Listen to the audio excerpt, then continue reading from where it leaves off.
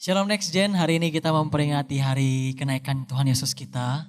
Dan kita percaya bahwa Tuhan menyediakan tempat bagi kita ketika dia naik ke atas surga sana. Dan suatu saat nanti Tuhan akan turun kembali untuk menjemput kita semua orang yang percaya kepada dia. Ada amin?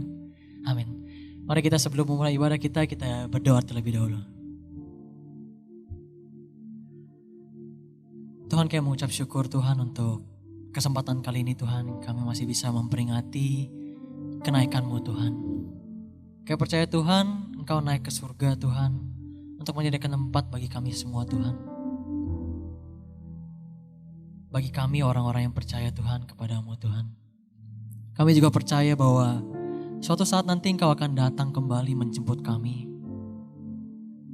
Next Gen-Mu Tuhan, Engkau akan jemput kami semua. Thank you Lord, thank you Jesus. Kau yang siapkan hati kami Tuhan untuk memuji dan menyembah nama-Mu di tempat kami masing-masing Tuhan. Kau yang beserta dengan kami. Thank you Lord.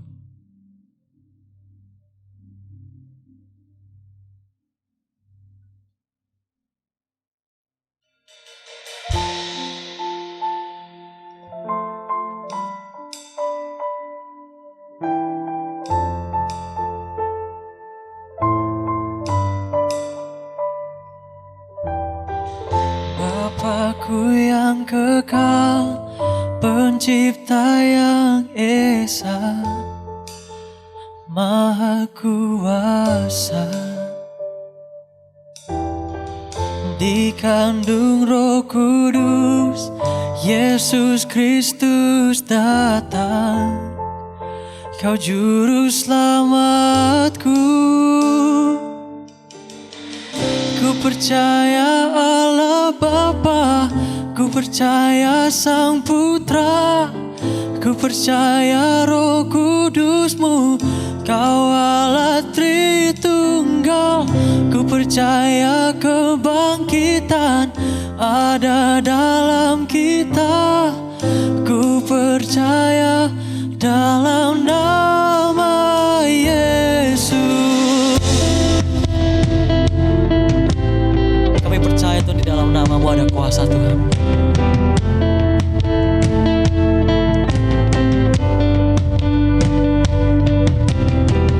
Hakim dan pembela di salib sengsara, Kaulah rahmat-Ku.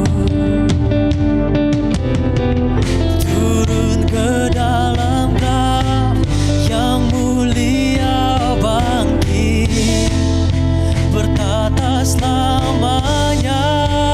Kami percaya Tuhan, ku percaya Allah Bapa, ku percaya Sang Putra, ku percaya Roh Kudus-Mu, Kau Allah Tritunggal. Ku percaya kebangkitan ada dalam kita, ku percaya dalam nama Yesus.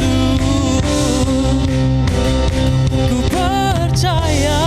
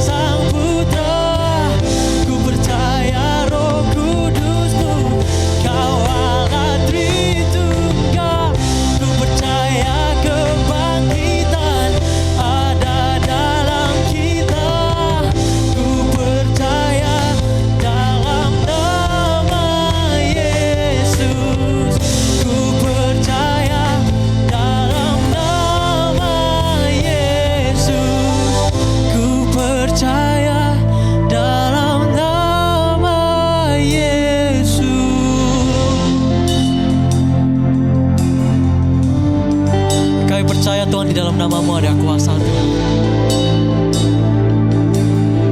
Kami mau bawa pujian dan sembah kami lebih lagi Tuhan di hadapan-Mu. Ini kami Tuhan, next gen-Mu Tuhan. Kau Allah yang mulia,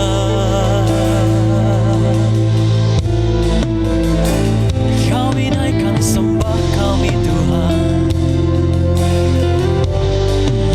Oh, sebab Kau hanya Kau yang layak. Oh, kami mau angkat suara kami hanya bagi nama-Mu.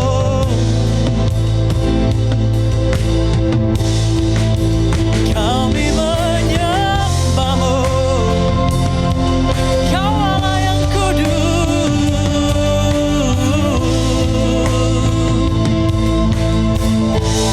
Kami percaya Tuhan, Kau sediakan tempat bagi kami Tuhan. Oh, we believe in Your name. Oh, we believe in Your name. Come on, we give You praise.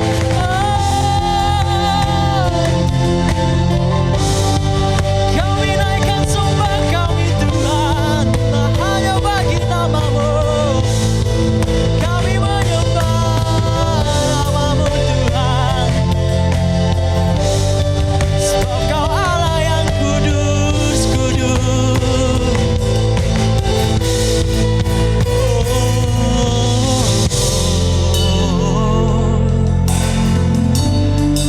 There's power in Your name, Lord. Ada kuasa di dalam nama-Mu, Tuhan. Thank You, Lord Jesus. Pujian kami Tuhan.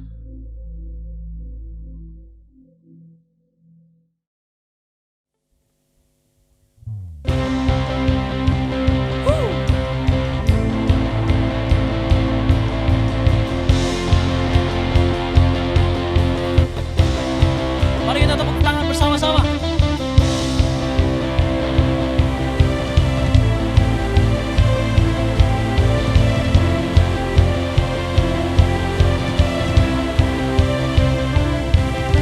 Tak terbayang kebesaran-Mu dan tak terbanding kekuatan-Mu Tuhan. Kau megah bagiku segenap jiwa dan pengharapan telah ku serahkan untuk rencana-Mu Tuhan. Kau Raja atasku, hanya Kau yang layak. Hanya Kau yang layak ditinggikan. Are you ready next gen? Come on!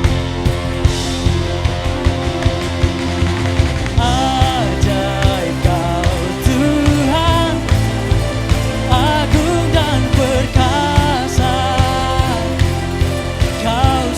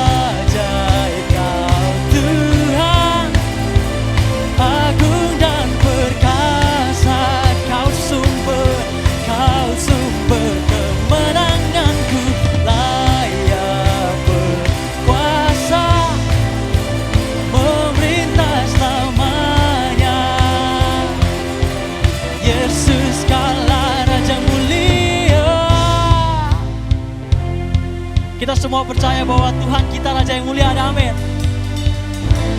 Kita siap untuk memuji nama Dia. Mari kita tepuk tangan bersama-sama. Come on. Woo.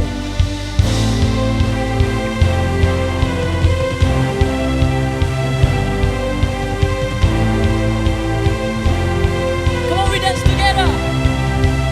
Woo.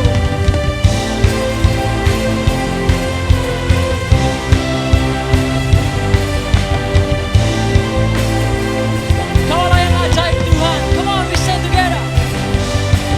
Ajaib Kau Tuhan, agung dan perkasa. Kau sumber kemenanganku, layak berkuasa, memerintah selamanya. Namanya Yesus, Yesus Kaulah Raja mulia. Ajaib Kau Tuhan, agung dan perkasa. Kau sumber kemenanganku, layak berkuasa dan memerintah selamanya. Yesus Kaulah Raja mulia.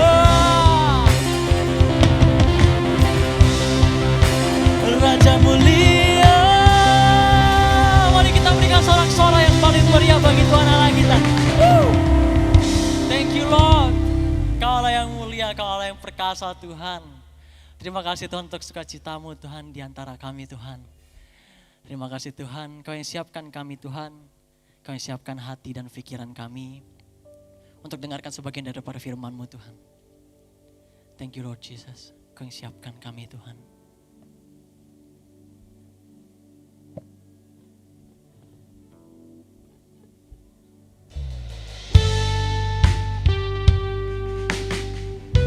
Kami datang Tuhan dengan hati kami Tuhan.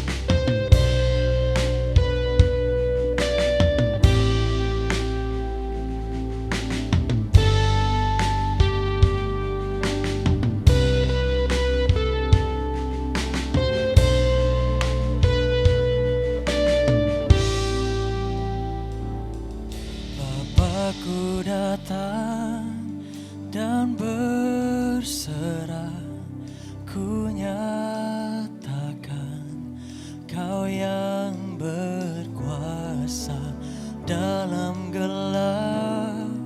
Kau setia, Kau cahaya hidupku.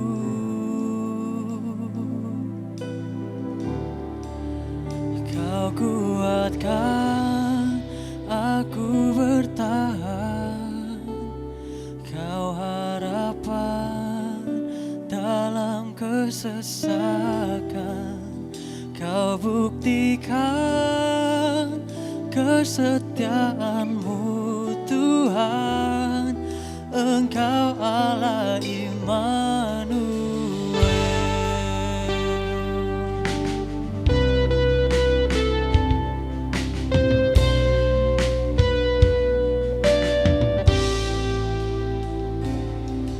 Bapakku datang untuk menyembah, ku nyatakan Kau yang bertata dalam lemah.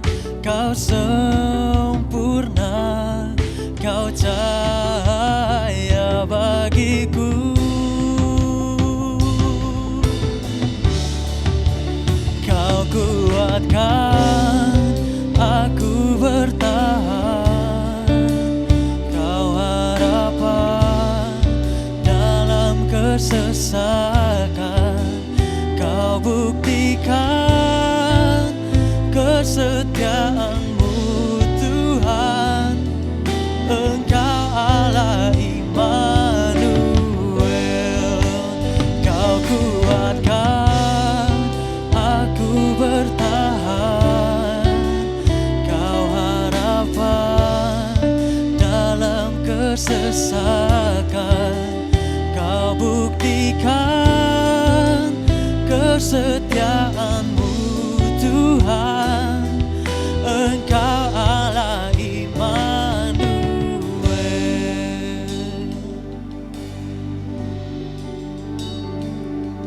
Immanuel, Immanuel,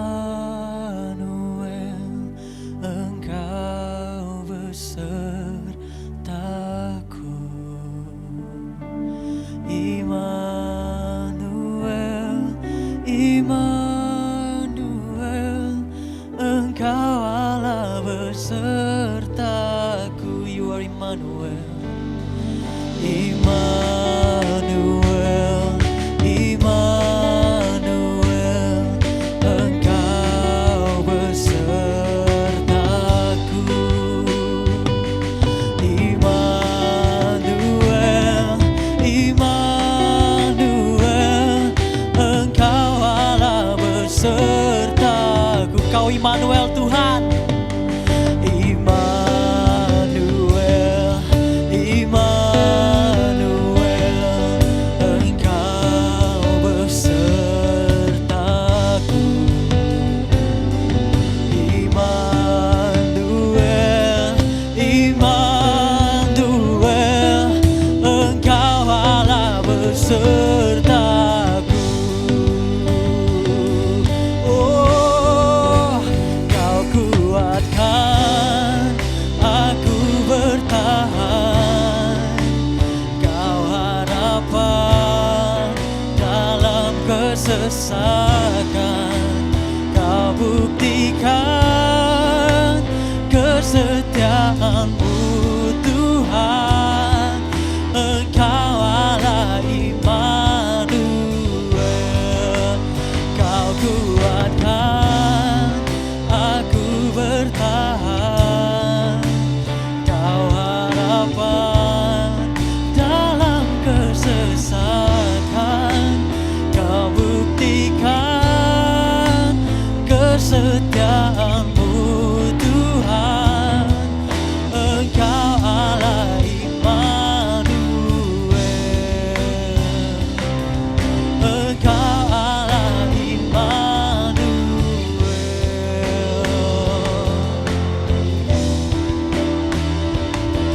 Engkau Allah Immanuel.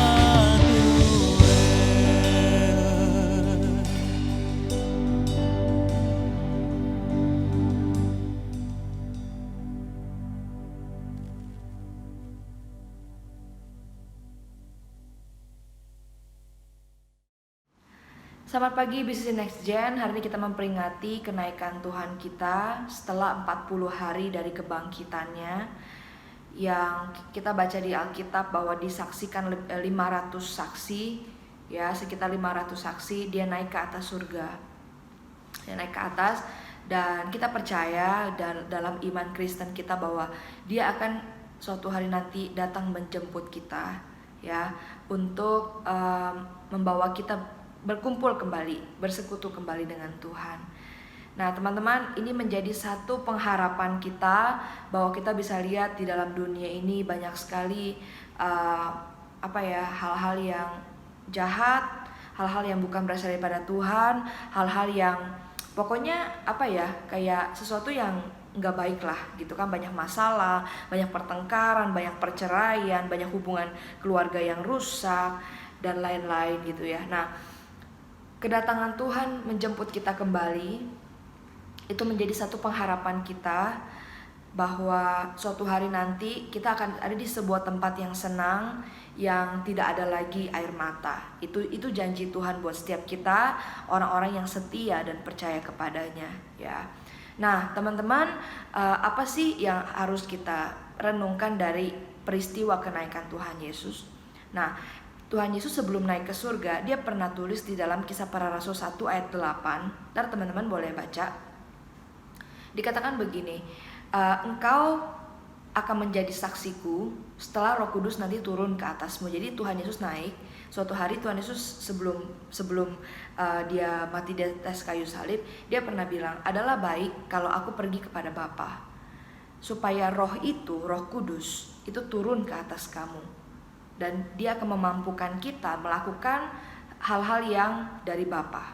Nah teman-teman, Waktu itu Tuhan sebelum naik, Tuhan bilang begini, "Ah, setelah Roh Kudus turun ke atas kamu, kamu akan menjadi saksiku di Yerusalem, di Yudea, sampai ke ujung bumi." Dia bilang kepada follower-followernya waktu itu ya. Nah, teman-teman, follower-followernya itu termasuk kita. Nah, jadi apa sih yang kita mau renungkan hari ini dari peristiwa kenaikan Tuhan Yesus? Yang kita mau renungkan adalah bahwa kita adalah the ambassador of Christ.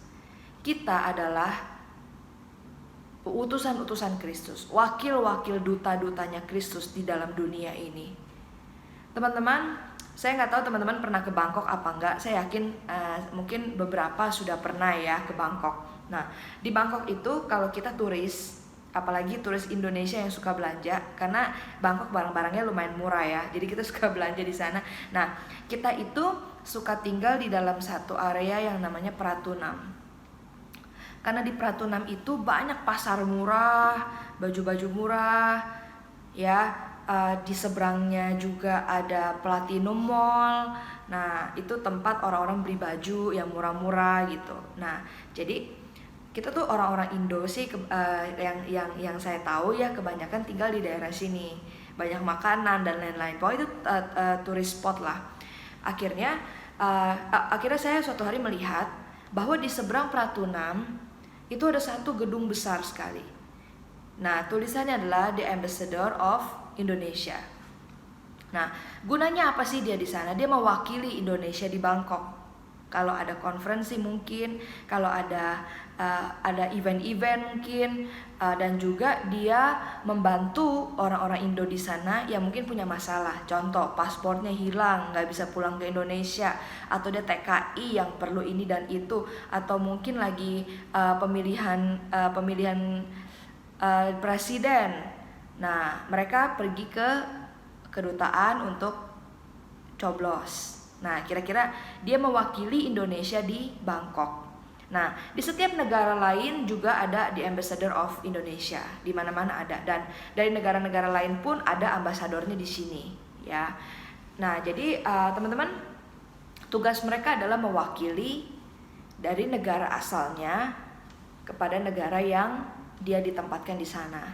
Nah, teman-teman, waktu kenaikan Tuhan, waktu dia bilang kamu akan menjadi saksiku, itu yang sebenarnya Tuhan berikan amanat buat kita. Kita mau jadi duta-dutanya Kristus, mau menjadi perwakilan Kristus di dalam dunia ini. Sampai kapan? Sampai Tuhan datang kedua kali untuk menjemput kita semua dan orang-orang lain yang percaya. Nah, suatu hari Paulus tulis seperti itu, teman-teman. Di dalam Filipi 3 ayat 20, dia katakan seperti ini. Karena kewargaan kita adalah di dalam surga, dan dari situ juga kita menantikan Tuhan Yesus Kristus sebagai juru selamat. Karena kewargaan kita adalah di dalam surga, dan dari situ juga kita menantikan Tuhan Yesus Kristus sebagai juru selamat. Nah, teman-teman, memang kita bukan turun dari surga untuk memberitakan, untuk menjadi utusan yang dari negara surga. Kalau Indonesia kan dari Indonesia, ya kan? Kita dan Paulus yang menulis ini memang bukan turun dari surga, dari kayangan, ya kan, dari surga untuk menjadi perwakilan surga. Tetapi ini yang Paulus percaya. Setelah Tuhan Yesus mati di atas kayu salib dan dia bangkit menebus kita sudah pindah dan kita percaya kepadanya, terlibat di dalam keselamatan yang Tuhan kasih. Kita sudah berpindah dari kewargaan dunia kepada kewargaan surga secara roh, secara batinia, secara rohani lah. Kita sudah pindah kewargaan dari kewargaan dunia kepada kewargaan surga. Nah, jadi teman-teman, itu yang kita percaya sebagai orang Kristen. Apa yang Paulus tulis, ya kan? Dia adalah seorang yang dulunya bengis banget, membunuh orang Kristen dan lain-lain. Sampai akhirnya Tuhan ubahkan dia di suatu perjalanan menuju Damsyik, dibutakan matanya, dicelikan lagi melalui seorang anak Tuhan namanya Ananias. Akhirnya dia bertobat di situ, dia menyadari bahwa keselamatan hanya di dalam Tuhan. Dia beritakan Injil, dia tulis surat-surat kepada beberapa jemaat, sampai akhirnya dia tulis tuh 13 kitab kalau nggak salah ya, di dalam kitab Perjanjian Baru. Nah teman-teman, dipakai luar biasa. Seorang yang dulunya bengis dan seorang pembunuh, bayangkan. Dia dengan rendah hati, dia dipakai Tuhan, dia diampuni dan dipakai Tuhan, dijadikan luar biasa. Teman-teman, dia percaya, dan kita juga percaya, bahwa waktu Tuhan sudah menebus kita di atas kayu salib, hal yang perlu kita tahu adalah kita sudah pindah kewargaan dari dunia kepada surga. Nah teman-teman, kalau kita sudah pindah kewargaan, ya, cara hidup kita, cara berkomunikasi kita, cara pikir kita, hati kita harusnya sama dengan negara asal kita, yaitu surga, yaitu Tuhan, yaitu segala hal-hal yang berasal daripada Tuhan, sukacita, damai sejahtera, perkataan yang menghidupkan, sikap-sikap yang baik, karakter-karakter yang baik, yang semuanya berasal daripada Tuhan. Karena kita sudah pindah dari kewargaan dunia kepada kewargaan surga. Apapun yang kita kerjakan di dalam dunia ini harus dari perspektif Tuhan, harus dari perspektif seorang anak Tuhan. Ya, saya kasih contoh ya, contoh. Kadang-kadang waktu kita tidak mendapatkan apa yang kita inginkan, sesuatu lah ya, misalnya saya pengen ini, tapi saya nggak bisa dapet. Yang kita lakukan apa? Kita emosi, kita marah-marah, kita nggak sabaran. Nah, sewaktu kita sadar bahwa kita adalah duta Kristus, sewaktu kita sadar bahwa kewargaan kita sudah pindah, harusnya perspektif kita, cara pandang kita, cara pikir kita, cara kita berbuat, itu semuanya harus berdasarkan perspektif Allah. Harus punya sifat-sifat Allah, yang kita tahu bahwa sifat-sifat Allah adalah sabar, sifat-sifat yang memberkati, sifat-sifat yang penuh dengan damai sejahtera dan sukacita. Sampai suatu hari Paulus tulis seperti ini. Waktu dia menyadari bahwa dia bukan dari dunia ini, ya, dia katakan seperti ini. Jadi siapa yang ada di dalam Kristus, ini dalam 2 Korintus 5 ayat 17 ya. Jadi siapa yang ada di dalam Kristus, ia adalah ciptaan baru. Yang lama sudah berlalu, sesungguhnya yang baru sudah datang. Dan semuanya ini dari Allah yang dengan perantaran Kristus telah mendamaikan kita dengan dirinya, dan yang telah mempercayakan pelayanan pendamaian itu kepada kami. Jadi siapa yang ada dalam Kristus, ia adalah ciptaan baru. Kenapa dia tulis seperti ini teman-teman? Karena sebelum jadi duta Kristus, dia harus menyadari dulu bahwa kewarganegaraannya sudah pindah, bahwa cara pikirnya harus berubah, bahwa cara pandang dan kelakuan dan karakter dan hatinya harus berubah dulu. Sehingga dia tulis, siapa yang ada di dalam Kristus, sekarang udah beda nih, kamu adalah ciptaan yang baru. Coba semuanya bilang dalam hati, saya adalah ciptaan baru. Bilang lagi, kewargaan saya bukan dunia, tetapi surga. Teman-teman, suatu hari kita akan pulang kepada negara asal kita. Negara asal kita ya, yaitu surga. Karena kita sudah pindah kewargaan saat kita percaya kepada Tuhan dan melakukan kehendak Tuhan, kita sudah pindah kewargaan. Suatu hari kita akan pulang teman-teman. Dan sebelum kita pulang, kita cuma numpang di dunia ini sekitar 80 tahun lah biasa ya. Kalau kata Mazmur itu 70 tahun, kalau kuat 80. Makanya teman-teman lihat mungkin orang tua atau kungkung atau popo gitu ya, paling kira-kira 78 tahun mereka sudah dipanggil Tuhan. Zaman sekarang dengan junk food dan KFC dan McDonald dan Burger King gitu kan ya, merusak badan kita.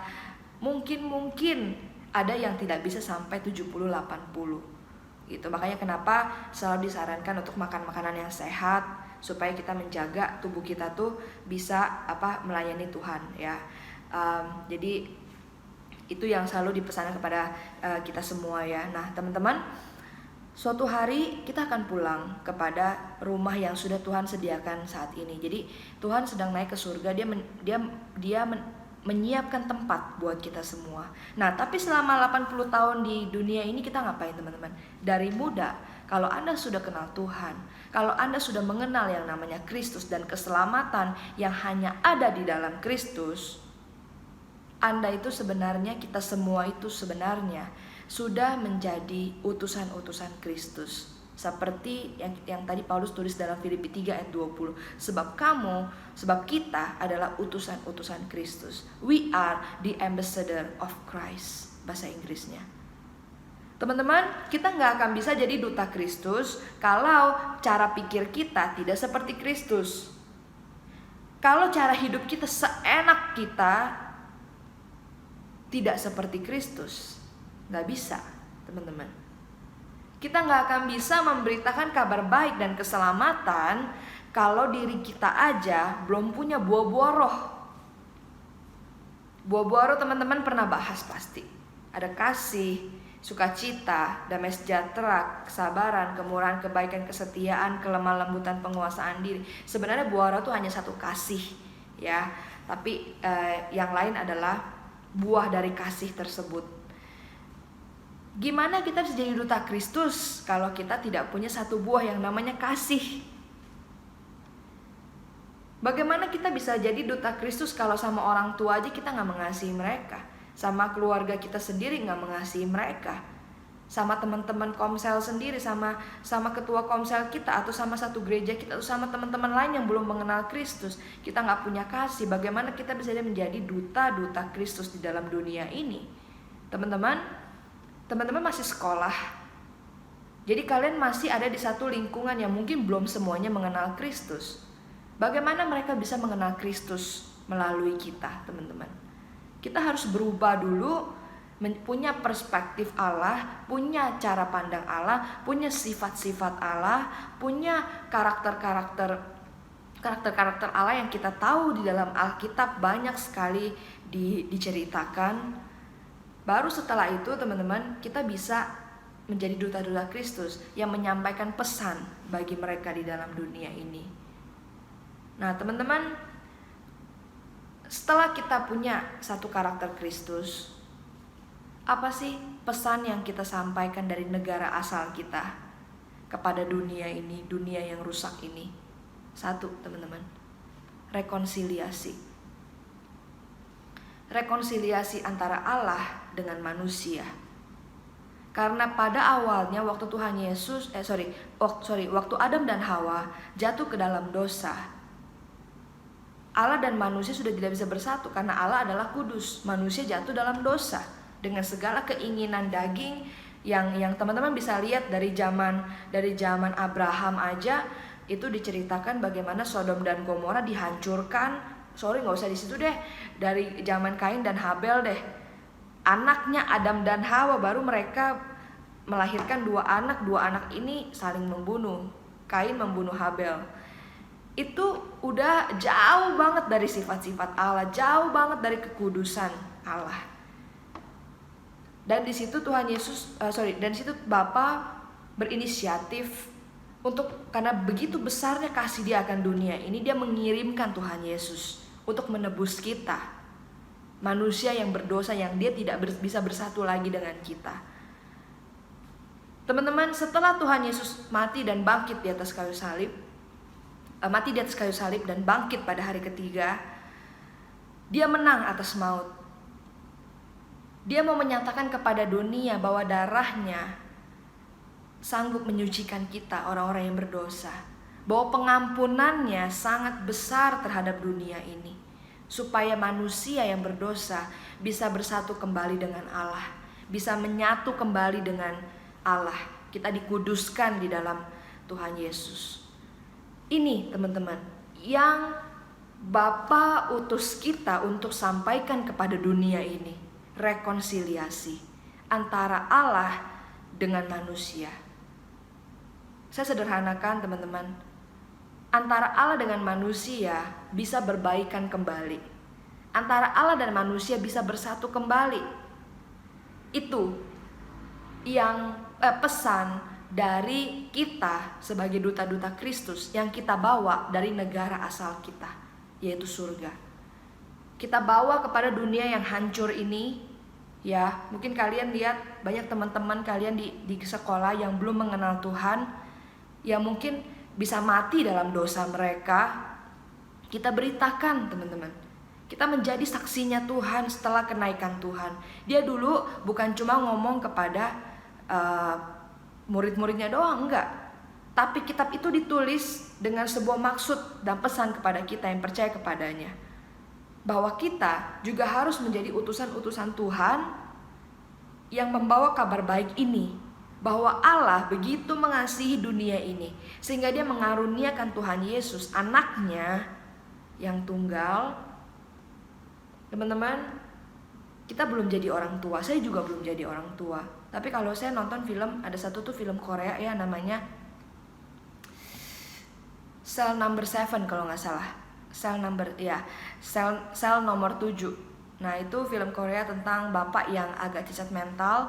Akhirnya anaknya, pokoknya dia mengorbankan dirinya lah buat anaknya gitu ya. Nah, teman-teman, itu aja udah sedih banget gitu loh. Seorang ayah mengorbankan anak itu nggak gampang sama sekali gitu. Dan teman-teman boleh nonton tuh film itu, meaningful sekali dan sangat menyentuh sekali ya. Cell Number 7, Miracle in Cell Number 7 kalau nggak salah. Nah, teman-teman, Tuhan kita merelakan, kalau kata lagu Hillsong itu The Darling of Heaven, kesayangan surga, anak dari surga diberikan kepada kita supaya Bapa yang adalah kudus bisa rekonsiliasi sama kita.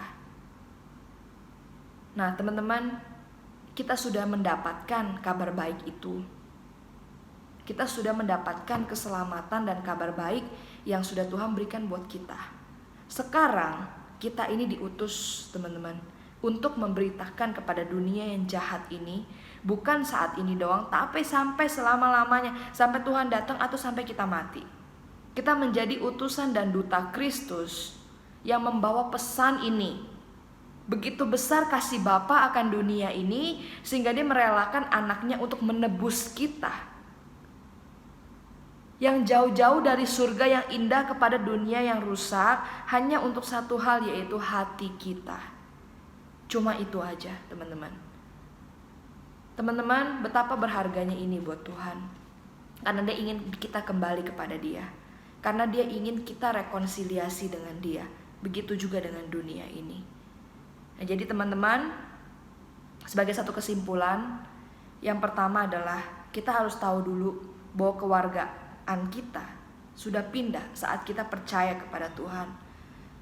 Ya, yang kedua, kita harus tahu di saat kita mau jadi dutanya Tuhan, kita harus punya karakter-karakter Kristus dulu, baru kita bisa memberitakan Kristus di dalam dunia ini, memberitakan pesannya.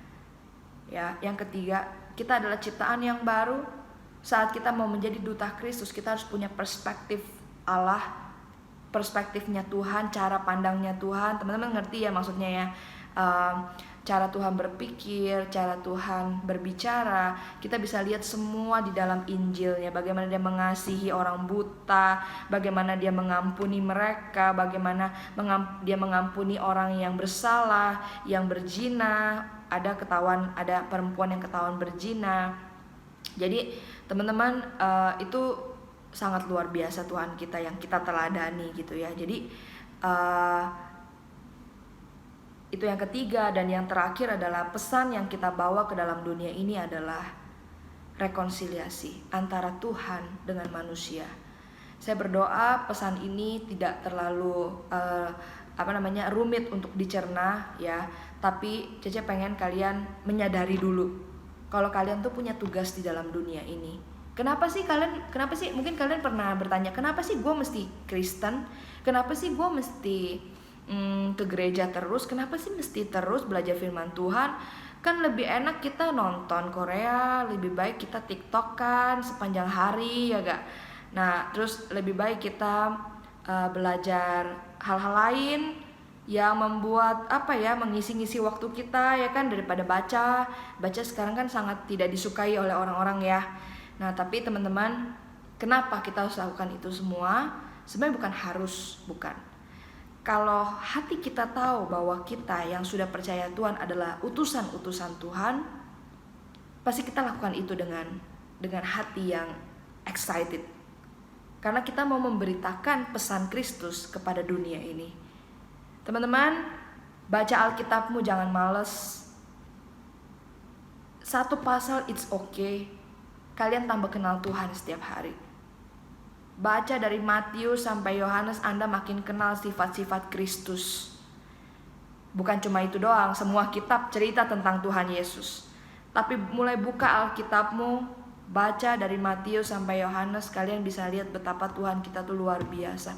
Dari cara dia cerita, dari cara dia mengampuni, dari cara dia berdoa, dari cara dia mengasihi orang. Luar biasa teman-teman. Anda akan kagum ada seorang pribadi, ya memang yang adalah Tuhan, menjadi teladan kita untuk kita punya sifat-sifatnya Allah.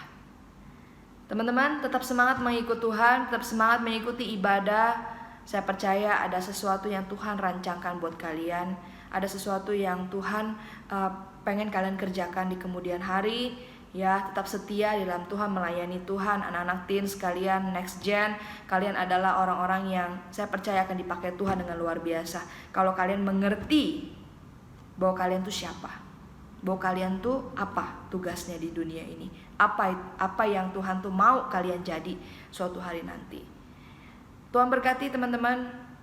Saya percaya kita semua, saya berharap dan berdoa kita semua belajar sesuatu. Nah teman-teman, mari kita berdoa untuk menutup firman Tuhan. Tuhan, terima kasih. Kami tahu bahwa saat ini Tuhan, kami menyadari bahwa Engkau mengutus kami ke dalam dunia ini, bahwa kewargaan kami bukan kewargaan dunia lagi secara rohani Tuhan, tapi kami adalah kewargaan surga yang Tuhan utus ke dalam dunia untuk menyampaikan sebuah pesan kasih dan rekonsiliasi yang Tuhan mau sampaikan kepada setiap orang di dunia ini. Tuhan, kami berdoa pakai kami dengan segala kekurangan kami, biarlah hati dan pikiran kami diubahkan seperti Kristus, sehingga kami bisa bersaksi kepada dunia ini. Ubahlah karakter-karakter kami yang buruk Tuhan, supaya kami Tuhan boleh orang-orang lain Tuhan boleh melihat Kristus di dalam kami. Ubahlah karakter-karakter kami Tuhan, supaya orang lain Tuhan boleh diberkati oleh kehidupan kami, sehingga mereka boleh menerima Engkau dan percaya kepada Engkau melalui kami. Terima kasih Tuhan Yesus, ini doa kami. Pimpin kehidupan kami supaya kami semakin hari semakin mengenal Engkau. Dalam nama Tuhan Yesus kami mengucap syukur dan berdoa. Haleluya. Amin.